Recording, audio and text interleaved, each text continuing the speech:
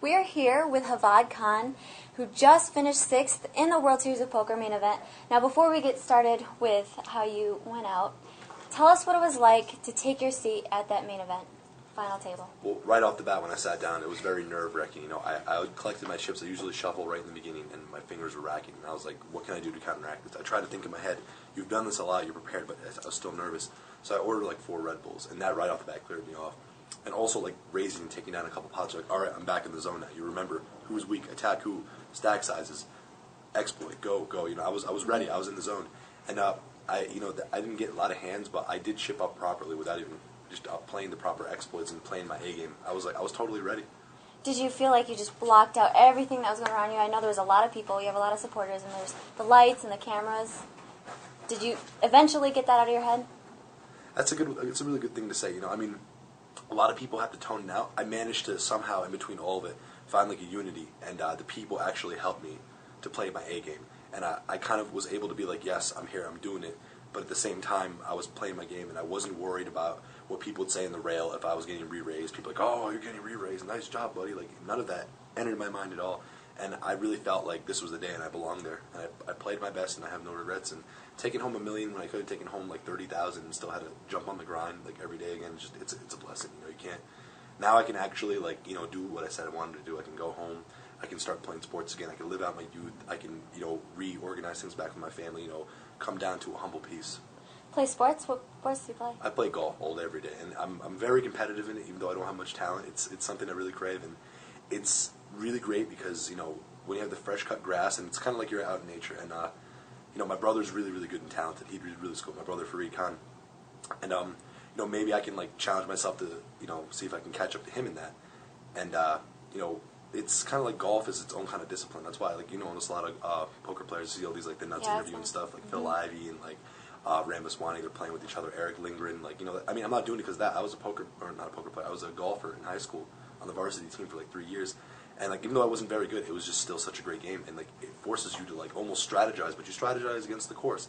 And it's kind of like going into training mode back home. So speaking of strategy, did you have a strategy going into the final table? I told myself I'm prepared to see exactly what is going to happen. Is they're all going to change their game. They're not playing the same way they did during the final table bubble. They're going to be re-raising and they're going to just wait for somebody to go carry it over the way. Philip Ham, he was asking for it by raising every single pot. And he started the final table as chip leader? Yeah, he did. And after about 30, 40 minutes, he was out, and I was just like, that's unbelievable. It's a great thing for me because he was definitely the most intimidating player at the table. And then right next is Lee Watkinson, and Jerry Yang was hitting cards, and he was running great. He was playing aggressive. Everything went for him, and I'm so glad that it happened because I looked at this guy on day 5, and he sat down at my table. Immediately as he was unracking his chips, he re-raises the chip leader right off the bat, first hand, as he's getting his cards, before he even takes a seat. And I'm like, this guy is an animal. Were you surprised that people were so aggressive? Because it seems like when play first started, it would be tight.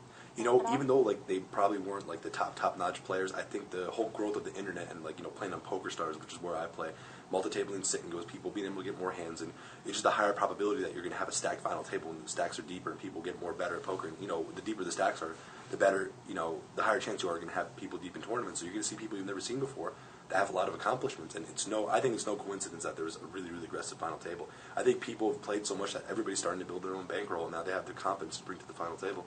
And I'm glad I was able to be part of that experience. So let us know what happened when you were eliminated. I made the most standard move ever I could have done. I discussed it with Ryan Dowd about it, and it's something I would do online every single time in the situation. It comes down to gambling. I lost 2 races in 10 minutes, and I got knocked out. And both times there's no way in hell I would ever not play the hand the way I did, and I played it to the max value in my opinion. And that's just how it goes. I mean, it's a final table. It's just like a sit and go. I've played 25,000 of them.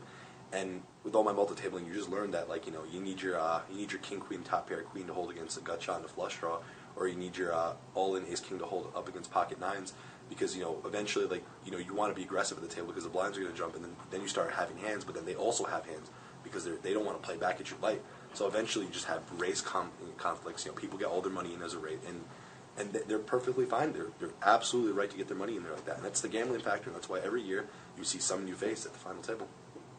Is that what you had? Did you have ace-king against pocket nines? No. I had an ace-queen suited against pocket jacks, and I put in a re-raise. I didn't move all in because I wanted to increase the chances of him folding because it looks like a high pair. If you move all in, it looks like ace-king because you just don't want to call or like pocket nines or pocket tens. But if I re-raise big like that, it still can mean pocket nines, pocket tens, ace king, but it can also very likely include pocket queens, kings, and aces. Who took you out? Jerry Yang, and if there's anybody who wanted to take me out, I'm glad it was him. He's currently the chip leader, is that right? Yeah, by a long shot. And when you have 6 kids, I mean, I understand the man's might. Like, this is his day, and I'm perfectly fine with seeing him if he goes on to lead, even if he doesn't win. I hope the great success. I hope he finishes at least top 3, and like he can continue to live a great life. Who do you think it's gonna come to heads up? For sure, it's going to be Kenny, or not Kenny. His name is Jerry Yang. I'm sorry, I'm so tired. I'm sure he's going to be in the heads up at least, and I think Alex.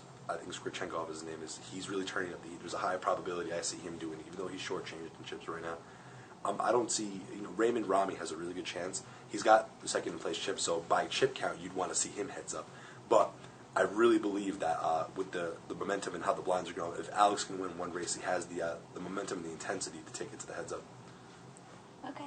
So how much did you take home for your 6th place finish? Right under a mil. I got about $956,000. I mean, this is just unbelievable. Before I was grinding like $100 tournaments trying to win like $5 grand, and I got so excited because I moved to California when I started becoming a multi-table tournament player after the PokerStars Screaming Adventure, and I had like 18 wins in like the span of 4 months. I played like 12 hours a day multis only on PokerStars, and like the great thing is that they all have guaranteed prize pools, and you really have a chance to like test your tournament game against the biggest dogs in the field because everybody wants to play like tons of online tournaments to beef up their game.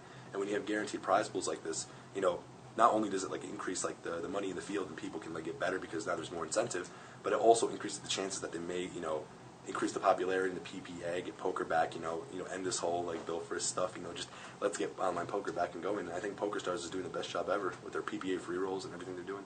Did you satellite through PokerStars? I won 5 main event seats through satellites, but I won them 2 months before the main event. So I'm sitting there with like a wad of cash, like, yeah, I don't know if I want to buy in. So I came here and I satellited all the live single table ones, which is my main skill, and I was very successful. I managed to rack up enough money to buy myself into the main event and 9 other smaller events between $1,500 and $5,000 buying.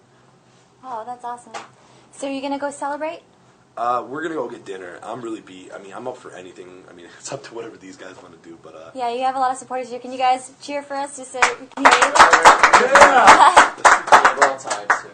As I was saying, like, there were doubters in school of me, but then, like, towards the end when I started to leave, I got a lot more respect for my school, and I hope that they were able to watch and see how far I got in the main event. I mean, it's still such a great feat. It hasn't hit me. I'm pretty sure I'm going to go home like, holy shit, I final tabled the main event? When did that happen? It was just another grind to me, I'm in there putting my hours in.